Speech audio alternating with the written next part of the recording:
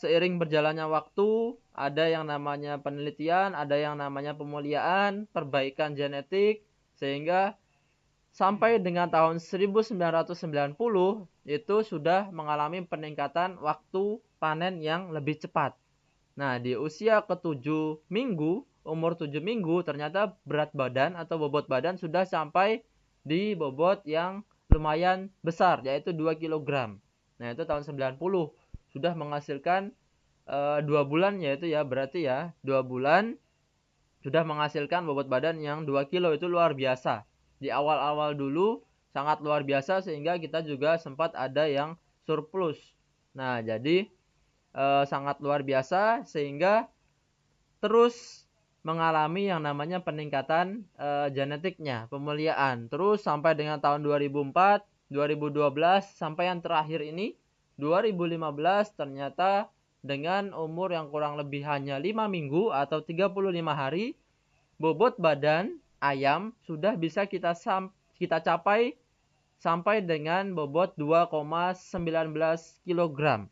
Nah, ini belum pakai NASA, ini masih umum di lapangan. Nah, nanti belum lagi pakai NASA. Nanti teman-teman yang merasakan.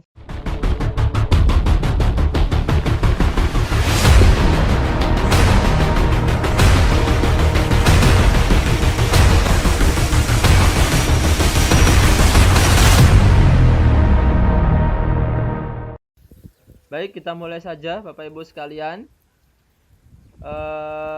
Bismillahirrahmanirrahim. Assalamualaikum warahmatullahi wabarakatuh. Semangat pagi mitra NASA dimanapun berada. Mudah-mudahan rekan-rekan sekalian masih diberikan kesehatan, kenikmatan, dan kesempatan yang luar biasa sehingga masih bisa menjalankan segala bentuk aktivitas dengan sebaik-baiknya dan semaksimal mungkin, terutama menjalankan bisnis NASA ini. Mudah-mudahan makin bisa memberikan manfaat kepada orang-orang di sekitar teman-teman, baik itu dari pertanian, peternakan, kesehatan, dan lain sebagainya. Kita ada semua, sampai peralatan rumah tangga pun silahkan nanti bisa digunakan sendiri ataupun disampaikan, dipasarkan ke teman-teman sekalian. Dan untuk kesempatan pagi hari ini kita akan bahas dulu terkait dengan budidaya ayam potong. Nah,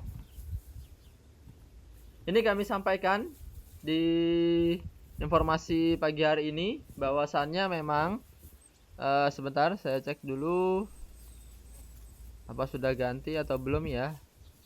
Nah, ini kami sampaikan bahwa di sini ada kurva yang namanya konsumsi dari beberapa negara yang berkaitan dengan konsumsi dari daging atau ayam pedaging unggas. Nah, ini namanya chicken consumption in several countries. Jadi beberapa negara perbandingan dari konsumsi daging ayam. Nah, ini menarik karena ternyata, nah ini kita bisa lihat dari kiri ke kanan. Kiri itu adalah konsumsi ayamnya, kilogram per tahun per orang. Nah, di situ ada tulisannya 0, 10, 20, 30, 40, 50 itu kilogram. Kemudian di sebelah kanannya itu ada yang populasi penduduknya. Nah, jadi kalau kita lihat di sini bahwasannya dari kiri ke kanan itu yang tertinggi terendah. Nah, jadi teman-teman bisa lihat siapa yang terendah. Ternyata alhamdulillah Indonesia bukan jadi yang terendah. Masih ada lah yang lebih di bawahnya dari Indonesia. Nah, jadi ini ya, dari peringkat tersebut ini kurang lebih Indonesia adalah setelah Vietnam. Jadi yang paling tinggi adalah Brunei. Walaupun jumlah penduduknya sangat kecil. Nah, itu sedikit. Malaysia penduduknya kecil, ternyata konsumsi daging ayamnya tinggi. Nah, ini mungkin yang lebih jelas. Ini berikan gambar yang selanjutnya. Nah, ini masih ada yang di bawahnya. Jadi Malaysia, Singapura, dari yang tertinggi ya, Malaysia, Singapura, Thailand, Filipina, Indonesia. Ini di ASEAN, di Asia Tenggara, ASEAN. Nah, jadi kurang lebih konsumsi kita itu walaupun rendah, ternyata masih ada yang rendah. Nah, tetapi tidak seharusnya kita berbangga diri karena yang lebih tinggi juga lebih banyak. Nah, dan seharusnya itu yang terus kita tingkatkan konsumsinya. Nah, karena kalau kita lihat Filipina, negara-negara kecil, penduduknya sedikit, ternyata konsumsinya tinggi. Nah, jadi kalau kita tahu bahwasannya memang sudah banyak sekali sekarang yang berproduksi, yang mengusahakan, yang beternak, tetapi ternyata masih terus mengalami kekurangan. Terus seharusnya masih bisa kita tingkatkan. 4,5 kg per kapita per tahun. Nah, itu artinya kita satu orang rata-rata jika di rata-rata kan seluruh Indonesia dari jumlah penduduk 4,5 kg daging ayam yang kita makan itu per tahunnya. Jadi satu orang makan 4,5 kilo per tahun. Nah, jadi selama 12 bulan itu kita makannya totalnya cuma 4,5 kilo. Nah, jadi itu masih sangat sedikit berbeda dengan negara-negara lainnya. Ini belum kami tampilkan juga negara-negara Eropa sana, karena memang konsumsi protein hewaninya jauh lebih tinggi. Nah, karena rata-rata dari perkembangan, rata-rata dari negara-negara maju itu yang diupayakan, yang menjadi bahan pokoknya adalah yang kualitasnya terbaik. Nah, jadi ini merupakan salah satu tantangan juga bagi teman-teman, bagi kita semuanya, bahwa ternyata konsumsi kita itu masih sangat rendah. Nah, jadi bukan berarti kita tidak mampu, tetapi apa yang membuat hal tersebut ternyata masih bisa kita tingkatkan. Nah, ini merupakan tips salah satu maupun penyampaian kita di awal pengantar dari pertemuan pada pagi hari ini. Nah, jadi saya akan menyampaikan yang berkaitan dengan pengantar atau awalan dari ayam pedaging atau ayam broiler yang teman-teman kenal biasanya dengan ayam broiler. Nah, ini rahasia sukses ternak ayam potong, ayam broiler. Nah, ini saya berikan ilustrasi gambar juga bahwasanya memang yang paling penting dari kita mengusahakan peternakan ayam itu adalah mempunyai rasa cinta dan kasih sayang. Nah, jadi ternyata bukan cuma terhadap pasangan, bukan hanya terhadap anak, tetapi kita harus juga memiliki rasa cinta dan kasih sayang terhadap hewan ternak kita, khususnya ayam. Nah, mengapa demikian? Karena memang ini ilmiahnya itu dari ayam potong itu merupakan hasil yang terakhir atau biasa kita bilang finisher, hasil akhir atau finisher. Jadi bukan hasil yang utama, bukan yang kuat, tetapi adalah yang lemah, yang betul-betul finish, yang terakhir, udah siap untuk dikonsumsi. Nah, sebagai gambaran bahwa yang ada beredar sekarang di pasaran, ayam potong, ayam pedaging yang dalam waktu singkat dapat dipanen tersebut itu merupakan hasil dari persilangan yang sudah dilakukan berkali-kali sehingga mendapatkan hasil yang sudah finish tersebut. Dari mana? Nah, kalau kita runut ada yang namanya pure line atau orang tuanya. Pure line ini yang pertama kali yang memiliki genetik yang sangat bagus, yang besar, yang kuat. Nah, di Indonesia belum ada, itu masih ada di luar negeri. Kemudian dari pure line, dari induknya tadi, dia punya anak yang namanya grandparent stock. Nah, jadi anaknya yang unggul tadi ternyata punya yang namanya anak lagi yang namanya grandparent stock.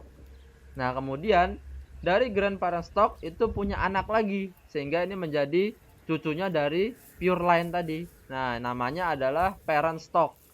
Nah, jadi dari urutannya ada pure yang murni, ada yang anaknya namanya grandparent stock, anaknya lagi ada yang namanya parent stock, kemudian ada lagi anak yang terakhir. Nah, jadi anaknya parent stock itu adalah final stock. Nah, jadi yang sudah final, betul-betul final. Jadi sudah disiapkan hanya untuk menghasilkan daging, hanya untuk tujuannya dipotong. Nah, jadi mengapa namanya final? karena dia sudah tidak bisa lagi berkembang biak. Nah, Bapak Ibu bisa coba mengawinkan berkali-kali pun tidak bisa jadi. Tidak bisa dikawinkan, tidak bisa punya anak lagi. Nah, itulah yang namanya final stock. Sehingga dia ayam yang sebetulnya sangat lemah dan khususkan hanya untuk pembentukan daging dan siap untuk dipotong nantinya. Jadi urutannya adalah pure line, grand parent stock, kemudian ada parent stock dan ada final stock. Jadi ini adalah cicitnya dari ayam yang murni tadi. Nah, jadi hasil dari beberapa kali keturunan persilangan untuk menghasilkan hasil yang terbaik. Nah, mengapa demikian? Nah, ini saya berikan gambaran hasil dari beberapa yang sudah dilakukan di seluruh dunia sehingga menghasilkan ayam yang terbaik. Nah, ini kita dulu mengenal, nah ini tahun 1950, mengenal bahwa yang namanya ayam itu dipanen kurang lebih sekitar 3 bulan. Nah, itu paling cepat. Nah, ini 1950 umur panen 11 minggu. Berat badannya baru 1 kilo, 1,4.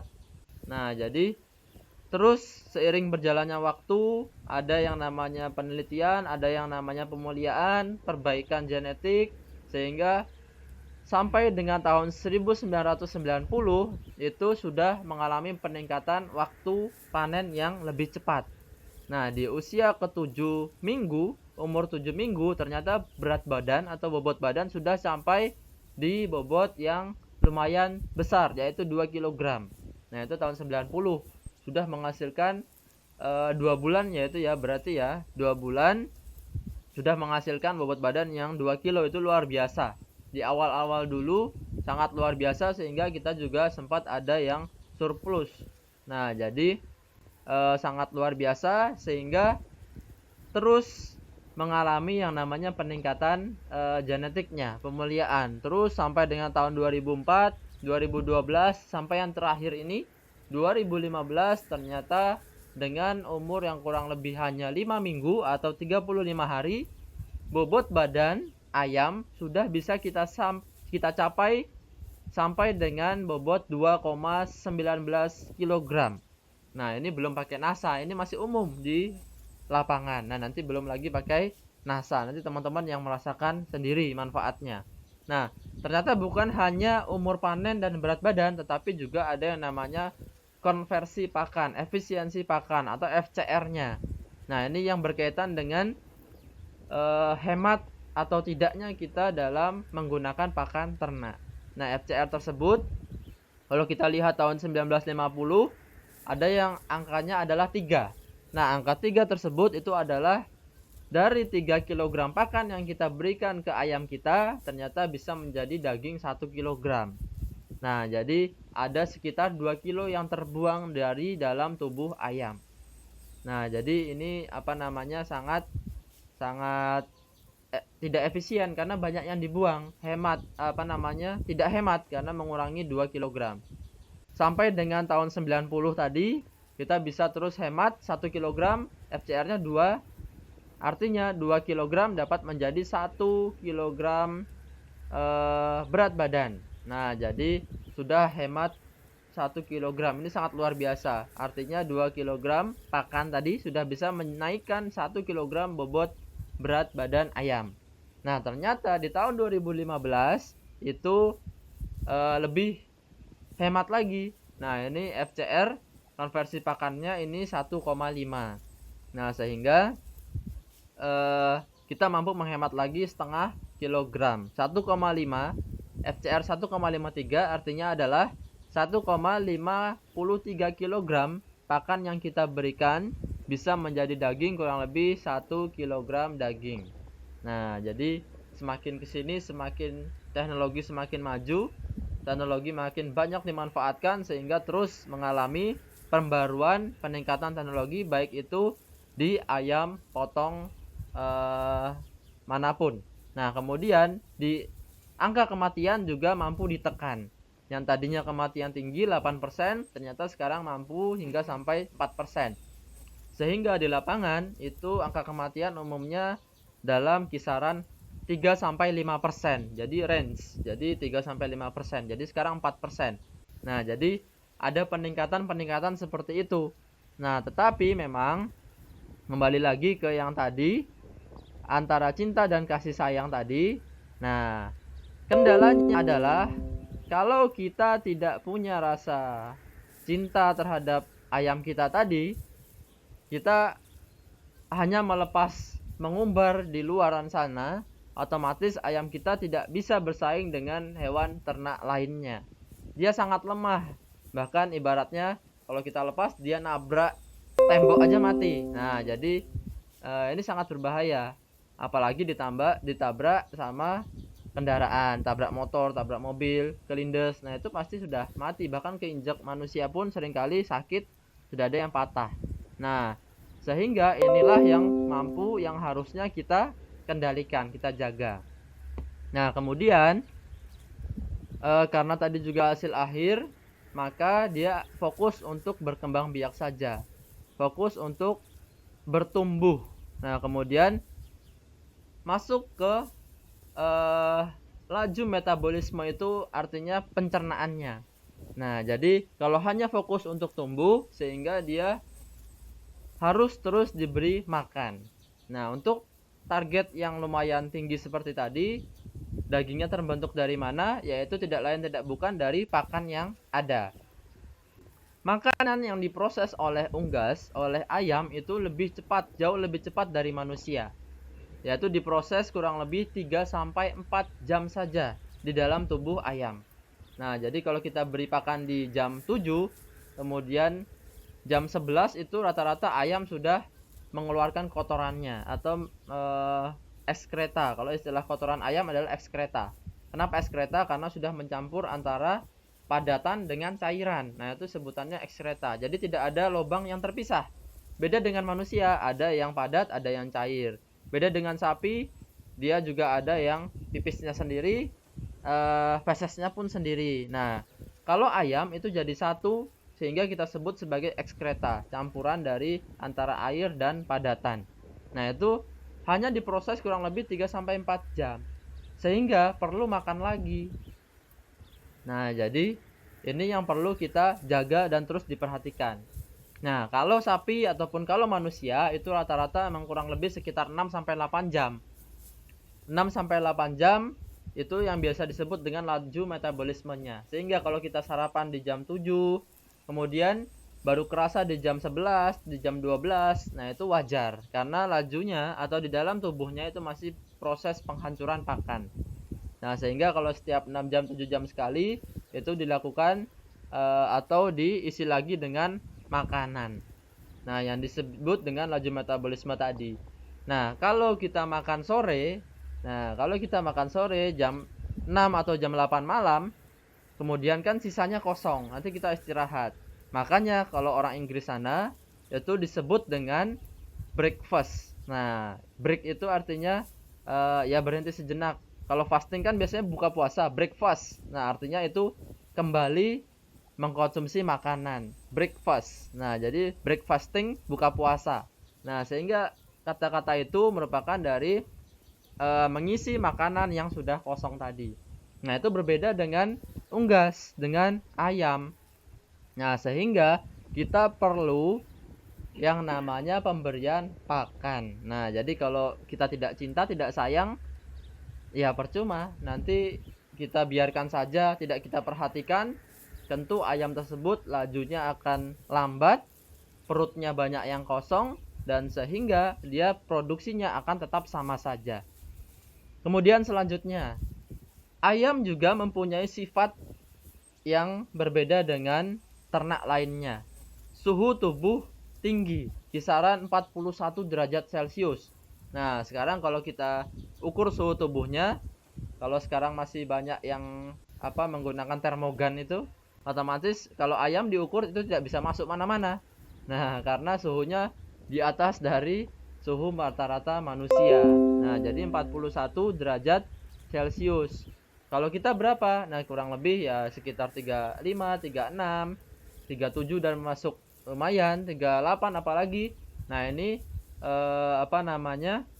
berbeda, sehingga perlu yang namanya penanganan khusus untuk suhu tubuh yang tinggi tersebut. Kemudian kalau ibaratnya ayam itu adalah mesin, nah ini kalau kalau ibarat mesin berarti putarannya cepat. Nah, kalau putarannya cepat itu kalau terjadi sesuatu halangan di lapangan, di kandang, di peternakan kita, siapa yang akan selamat duluan? Kalau kita ibaratkan kita punya dua kendaraan. Yang satu cepat, yang satu lambat. Yang satu F1, mobil ya, mobil balap F1, yang satu hanya mobil biasa. Nah, ketika dia tabrakan atau kecelakaan, siapa yang selamat? Nah, otomatis yang lambat. Nah, sehingga kita sangat hati-hati dengan manajemen pemeliharaan dari ayam potong atau ayam broiler. Karena memang ibarat mesin tadi, dia putarannya cepat. Nah, sehingga tadi panennya pun akan cepat. Jadi sangat berhati-hati, waspada, harus memperhatikan semuanya. Nah, kemudian selanjutnya dapat kita ibaratkan juga mengapa harus atau wajib dengan yang namanya mempunyai cinta dalam budidaya ayam broiler tadi. Nah, mengapa demikian? Karena jelas dengan kondisi seperti itu ayam benar-benar rentan. Nah, kalau ibarat kita adalah rewel.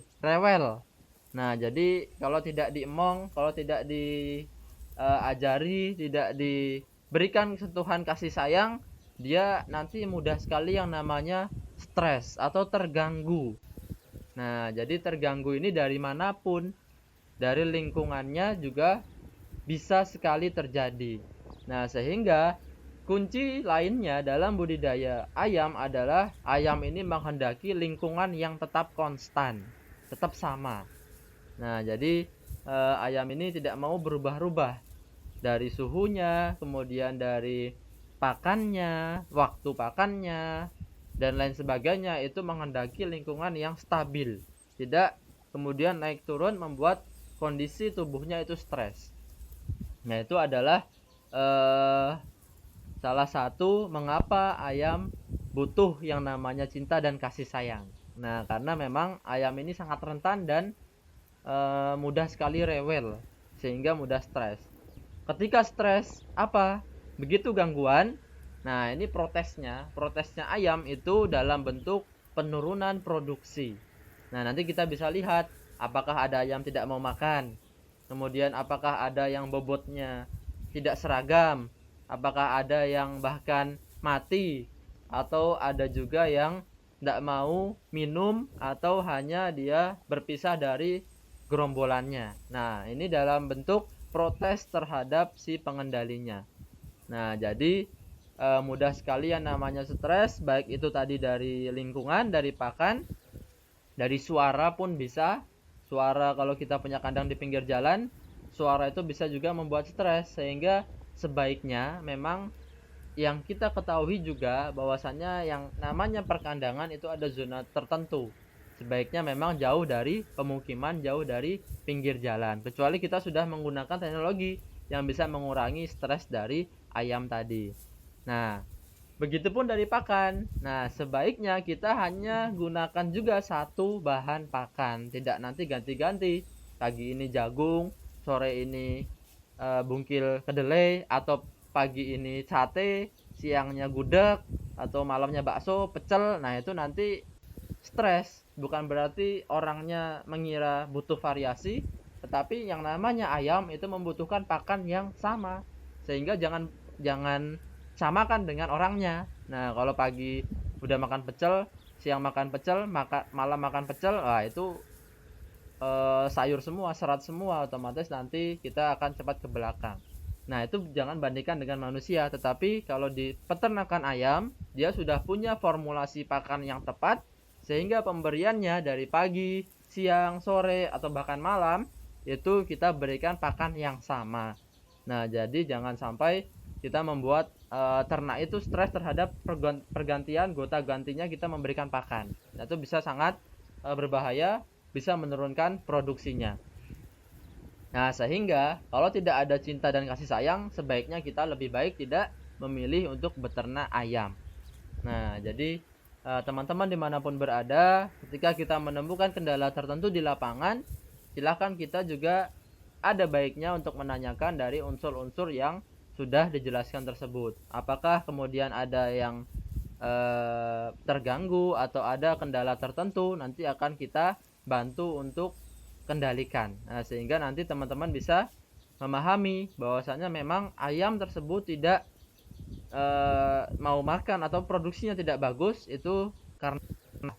Nah, jadi selain dari beberapa manajemen atau beberapa faktor yang lainnya, ternyata basic dari ayam potong atau ayam broiler adalah seperti yang ini, yaitu dia harus dipelihara dengan rasa cinta dan kasih sayang.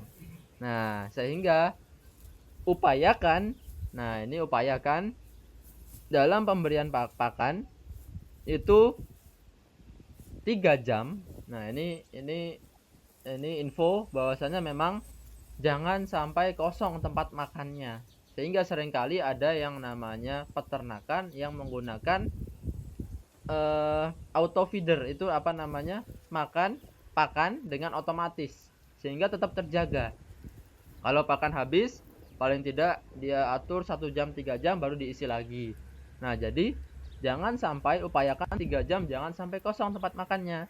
Contoh, misal dikasih pagi, kemudian jam 12 habis.